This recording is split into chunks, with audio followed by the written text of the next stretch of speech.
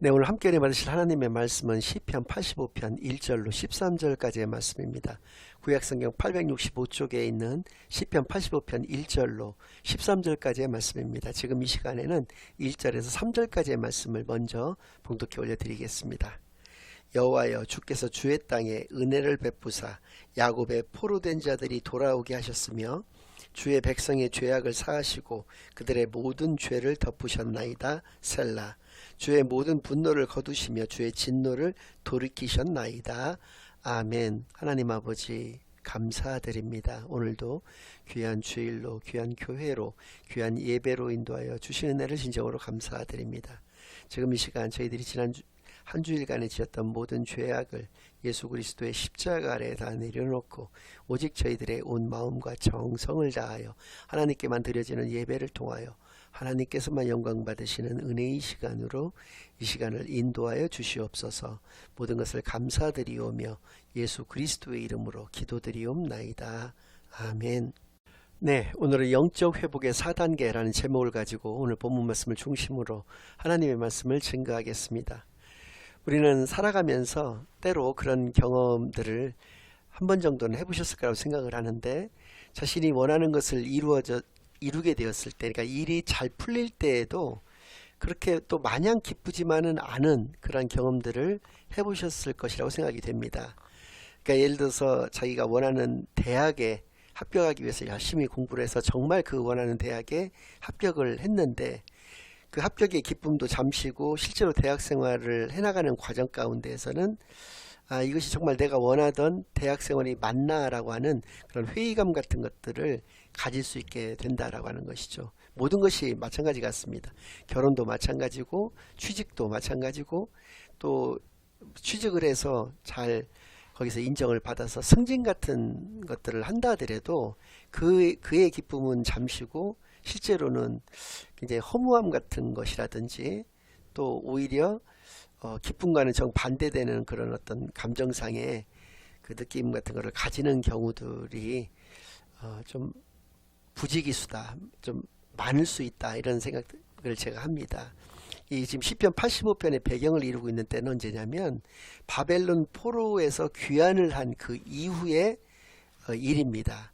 그렇기 때문에 이들은 육적인 회복을 이루었다는 얘기입니다. 그래서 지금 방금 전에 읽어드렸던 1절에서부터 3절까지의 그 내용은 육적인 회복을 이루어주신 하나님께 감사를 올려드리고 있는 내용입니다. 그런데 4절에서 7절까지의 내용을 읽다 보면 아직까지 이들은 영적인 회복이 안 되었다라고 하는 것을 알 수가 있는 것이죠. 그래서 진정한 회복이란 어떠한 것이냐, 물론 육적인 회복도 이루면서 동시에 영적인 회복까지 이루는 것이 진정한 회복이라고 얘기할 수가 있겠으나, 실제로는 육적인 회복은 이루어지지 않는다 손 치더라도 영적인 회복을 이루는 것이, 이것이 진짜 진정한 회복이라고 하는 것을 우리가 우리의 삶의 경험을 통해서도, 이 말씀들을 통해서도 깨닫게 되는 것입니다. 그래서 1절부터 3절까지의 내용을 제가 다시 한번 읽어드리겠습니다. 여호와여, 주께서 주의 땅에 은혜를 베푸사 야곱의 포로된 자들이 돌아오게 하셨으며 주의 백성의 죄악을 사하시고 그들의 모든 죄를 덮으셨나이다. 주의 모든 분노를 거두시며 주의 진노를 돌이키셨나이다 라고 자신들이 귀환하게 된 것, 또 육적인 회복을 이루고 자유를 이룬 것에 대해서 하나님께 감사를 올려드리고 있다는 것을 알 수가 있습니다.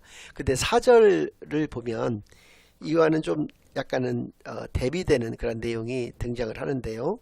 우리 구원의 하나님이여, 우리를 돌이키시고 우리에게 향하신 주의 분노를 거두소서.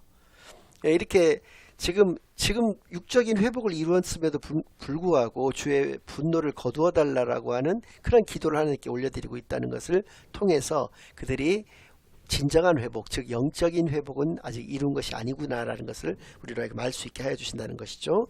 5절, 주께서 우리에게 영원히 노하시며 대대에 진노하시겠나이까. 주께서 우리를 다시 살리사 주의 백성이 주를 기뻐하도록 하지 아니하시겠나이까. 여호와여, 주의 인자하심을 우리에게 보이시며 주의 구원을 우리에게 주소서. 내가 이제 7절까지는 계속적으로 하나님께 이런 것을 간구하는 내용이었고, 진정한 그러한 영적인 회복을 이루기 위해서 8절에서는 무엇이 필요한 것인지에 대해서 분명히 우리에게 말씀하여 주고 계십니다. 내가 하나님 여호와께서 하실 말씀을 들으리니 무릇 그의 백성 그의 성도들에게 화평을 말씀하실 것이라. 그들은 다시 어리석은 대로 돌아가지 말지로다. 진정한 영적인 회복은 말씀의 회복이구나 라는 것을 우리로 하여금 알게 해 주십니다. 그래서입니다. 이 오늘 비교적 짧은 내용이라고 할 수 있는데 시편 85편의 내용을 통해서 이제 8절로부터 쭉 그 이하 13절까지의 내용 가운데 영적인 회복을 이루기 위해서는 이렇게 4단계의 단계를 거치게 되는 것이구나 라는 것을 알게 하여 주십니다. 처음에는 방금 전에 읽어드렸던 4절부터 7절까지의 내용으로 보았을 때 굉장히 지금 답답한 상황이거든요. 그러니까 지금 무슨 말씀이냐면 육적인 회복은 이루었는데 영적인 회복이 이루어지지 않는 것에 따른 그런 답답한 상황에 대해서 하나님께 자신들의 심사를 지금 이렇게 토로를 하고 있는 것인데, 이 부분을 통해서 우리가 알 수 있는 것은 회복의 그 첫 단계는 바로 이런 답답한 상황 가운데서 우리가 할 수 있는 것이 과연 무엇인가, 그것은 하나님께 올려드릴 기도밖에 없다는 것을 우리로 하여금 알게 해주신다는 것입니다. 그래서 회복의 첫 번째 단계, 그것은 바로 기도라고 하는 것을 우리로 하여금 알게 해주시는 것이고요. 그러니까 우리가 일상적으로 이렇게 생활을 해나가는 데 있어서 정말 무수하게 많은 답답한 상황 가운데 처하게 될 수가 있다는 것이죠. 그것은 하나님의 자녀건 그렇지 않건 간에 마찬가지라는 것입니다. 그러나 하나님의 자녀는 이 상황 가운데서 무엇을 할 수 있는가? 바로 하나님께 기도를 올려드릴 수 있다라고 하는 것이죠. 그래서 우리가 모두가 다 기도의 용사가 되는 것을 통해서 하나님으로부터 그런 영적인 회복을 가지게 되는데 부족함이 없기만을 바랍니다. 그리고 8절에서 9절까지의 말씀을 제가 다시 한번 좀 봉독을 해드린다면, 내가 하나님 여호와께서 하실 말씀을 들으리니 무릇 그의 백성 그의 성도들에게 화평을 말씀하실 것이라. 그들은 다시 어리석은 대로 돌아가지 말지로다. 진실로 그의 구원이 그를 경외하는 자에게 가까우니 영광이 우리 땅에 머무르리이다. 이 9절 가운데 나오는 하나님을 경외하는 자에게 하나님은 구원을 허락하여 주신다라고 하는 이 말씀을 통해서 회복의 제2단계는 바로 기다림이라고 하는 것을 우리가 분명히 알 수가 있다는 것입니다. 왜 회복의 2단계가 기다림이냐? 그것은 그를 경외하는 자라고 하는 이 말씀을 통해서 할 수 있다는 것이죠. 하나님을 경외한다라고 하는 것이 가지는 의미가 어떤 의미인 것이냐면, 우리를 구원하여 주실 그것은 바로 하나님의 때에 하나님의 방식으로 우리를 구원하여 주실 것을 하나님을 기다리는 것이다 라고 하는 것을 말씀해 주신다는 것이죠.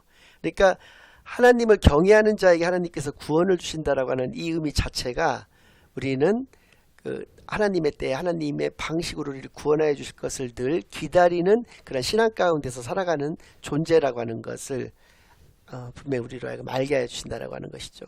그래서 회복의 제 두 번째 단계는 바로 기다림이라고 하는 것을 말씀을 통해서 분명히 깨닫게 되기만을 바랍니다.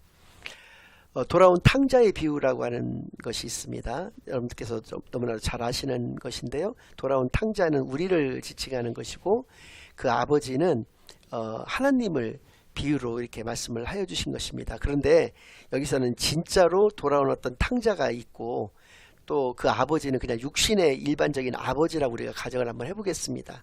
과연 일반적인 아버지라 할지라도 이 탕자가 허랑방탕한 생활을 하다가 아버지가 돌아가시면은 나에게 줄 유산을 미리 좀 땡겨서 나에게 주시면 내가 그걸 가지고 나중에 사업을 해서 그것을 좀 불리겠다라고 해서 자기 몫을 달라, 자기의 분깃을 달라라고 이야기를 해서 그 아버지가 그것을 주었을 때 그 사업이 잘 돼서 그 재산을 불릴 것을 기대하고 주는 아버지는 아마 없을 것입니다.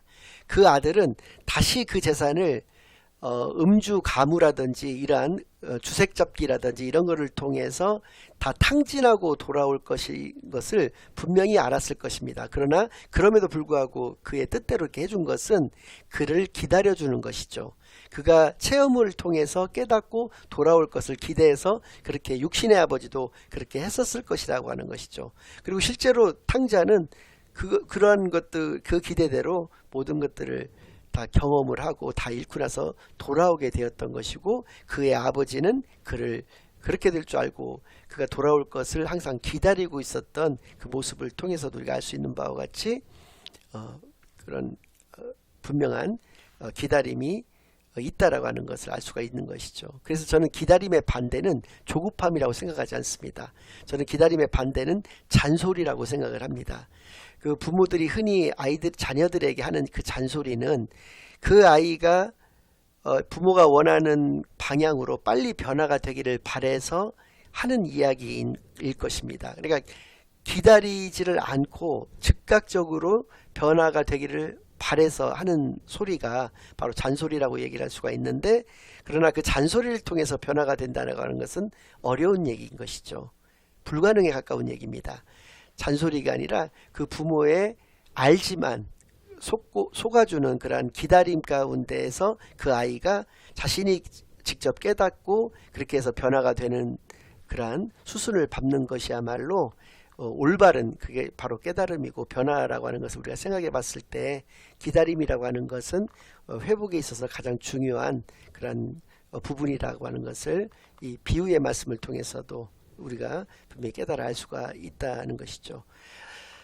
영적 회복의 세 번째 단계는 10절에서 12절 말씀을 제가 읽어드린 뒤에 말씀을 드리겠습니다. 인애와 진리가 같이 만나고 의와 화평이 서로 입맞추었으며 진리는 땅에서 솟아나고 의는 하늘에서 굽어보도다. 여호와께서 좋은 것을 주시리니 우리 땅이 그 산물을 내리로다. 바로 세 번째 단계, 그것은 기대입니다. 그러니까 하나님께서 우리에게 회복해 주실 것을 늘 기다리면서 기대를 하면서 살아간다는 것을 알 수가 있다는 것이죠. 특별히 20절 가운데 인애와 진리가 같이 만난다라고 얘기를 했습니다. 사실 인애와 진리는 비슷한 것 같지만 어떤 의미에서는 상충되는 것이라고 이야기까지 할 수가 있습니다. 이것이 결합이 된다라고 하는 것이죠. 상충되는 의미인데도 결합이 된다라는 것입니다. 왜냐하면 인애라고 하는 것은 헤세드를 의미하는 것이거든요. 하나님이 우리에게 가지시는 그 사랑, 끝도 없고 그 영원한 그 사랑이 바로 인애라고 얘기를 할 수가 있는데, 반면에 진리라고 하는 것은 영어로는 트루스라고 얘기를 할 수가 있죠. 그러니까 이성적인 것이 좀 강한 부분인 반면에 인애라고 하는 이 헤세드는 열정에 가까운 부분입니다. 그래서 열정과 이 이성적인 것은 서로 상충되는 것이라고 볼 수가 있는데 이것이 결합되어진다라고 하는 것이죠. 뒤에 나오는 그 의와 화평도 마찬가지입니다. 의라고 하는 것은 옳음을 이야기하는 것이고 화평은 모두가 다 평화로운 상태를 이야기를 하는 것이기 때문에 옳음을 주장하다 보면은 이 어떤 갈등이 생길 수가 있고 서로 자신의 의가 옳다라고 이야기를 주장을 할 수가 있는 것이기 때문에 이 자칫하면은 평화가 깨질 수도 있는 것이거든요. 그래서 이거 역시도 의와 화평도 상충되는 개념이라고 볼 수가 있음에도 불구하고 이것이 결합된다라고 하는 것은 하나님은 모든 것을 하실 수 있는 그런 하나님이신 것을 우리가 알 수 있다는 것이죠. 그래서 그것을 우리가 기대를 해야 된다는 것입니다. 하나님은 모든 것을 이루시는 하나님인 것을 우리가 기대하는 그러한 것이 회복의 바로 3단계라고 하는 것을 우리에게 말씀해 주시는 것이죠. 마지막으로 13절 말씀을 통해서 회복에서의 4단계를 말씀해 주시는데, 의가 주의 앞에 앞서가며 주의 길을 닦으리로다. 주의 길은 분명히 있습니다. 그런데 그 주의 길을 우리가 밝히 알게 되는 것이 바로 기적이라는 것을 우리에게 말씀하여 주시는 것이죠. 그래서 기적이 바로 회복의 4단계가 되는 것이죠. 그러니까 우리가 기도로서 회복을 기다리고 또 기다림으로써 우리 주님께서 우리에게 하실 그 기다림 가운데서 주님의 그 역사를 기대를 하면서 또 기적을 체험하면서 그렇게 우리가 영적인 회복을 이루어 간다라고 하는 것을 분명히 알 수가 있는데요. 여기서 말하는 기적은 뭐 우리가 무리를 걷는다든지 공중을 난다든지 뭐 죽은 자를 살린다든지 마귀를 쫓아낸다든지 하는 것도 분명히 기적 가운데 한 모습일 것이지만, 그것보다는 분명히 우리에게 주의 길을 밝히 보여주신다라고 하는 그 의미를 가지고 있는 것은 무엇이냐면, 주의 길이 원래 안 보였던 것이 보이게 되는 것이 바로 기적이라고 하는 것을 우리가 알 수 있다는 것이죠. 그러니까 예전에는 예수님이 나를 위해서 나의 죄 때문에 십자가에서 죽으신 것이다 라고 하는 것을 그냥 크리스찬들이 하는 소리려니 라고 생각을 했던 것을 어느 날부턴가 그 예수님께서 나를 위해서 죽으셨다라고 하는 그런 그 예수님의 죽음이 나의 죽음으로 받아들여지는 순간이 있다라고 하는 것입니다. 그것이 바로 기적이라고 하는 것이죠. 내가 주님을 만나게 되는 것, 주의 길을 내가 보게 되는 것이 바로 그 영생의 길을 우리가 체험하고 그것을 보게 되는 것, 그것이 바로 기적인 것을 분명히 우리에게 말씀해 주신 것이죠. 그래서 영적 회복의 그 4단계는 기도와 기다림과 기대와 기적인 것을 이 시간 분명히 기억해서 오직 하나님께서 우리에게 허락하여 주시는 그 참된 영적 회복만이 늘 있어지는, 또 그것은 말씀을 통해서만이 가능한 것임을 오늘 그 8절 말씀을 제가 아까 2번이나 읽어드렸는데, 그 말씀을 통해서도 우리가 분명히 깨달아 안 바와 같이 말씀을 통해서 참된 영적 회복이 있다라고 하는 것을 분명히 기억해서 말씀 가운데 귀한 삶을 살아가는 저와 여러분이 되시기를 예수 그리스도의 이름으로 간절히 축원합니다. 아멘. 이제는 우리 주 예수 그리스도의 은혜와 아버지 하나님의 극진하신 사랑과 성령 하나님의 내주인도 역사 교통하심이 하나님께 날마다 기도로 나의 답답한 상황을 말씀을 올려드리면서 늘 하나님의 응답을 기다리며 또 하나님께서 나에게 역사하실 것을 늘 기대하고 또 주의 길이 환히 밝히 보여지는 것을 늘 그 기적의 그 상황들을 늘 경험하면서 사모하면서 살아가기로 다짐하고 결심하고 돌아가는 모든 살아가는 주의 자녀들과 그 가정 위에 그들의 생업 위에 이제로부터 영원까지 항상 함께 있을지어다. 아멘.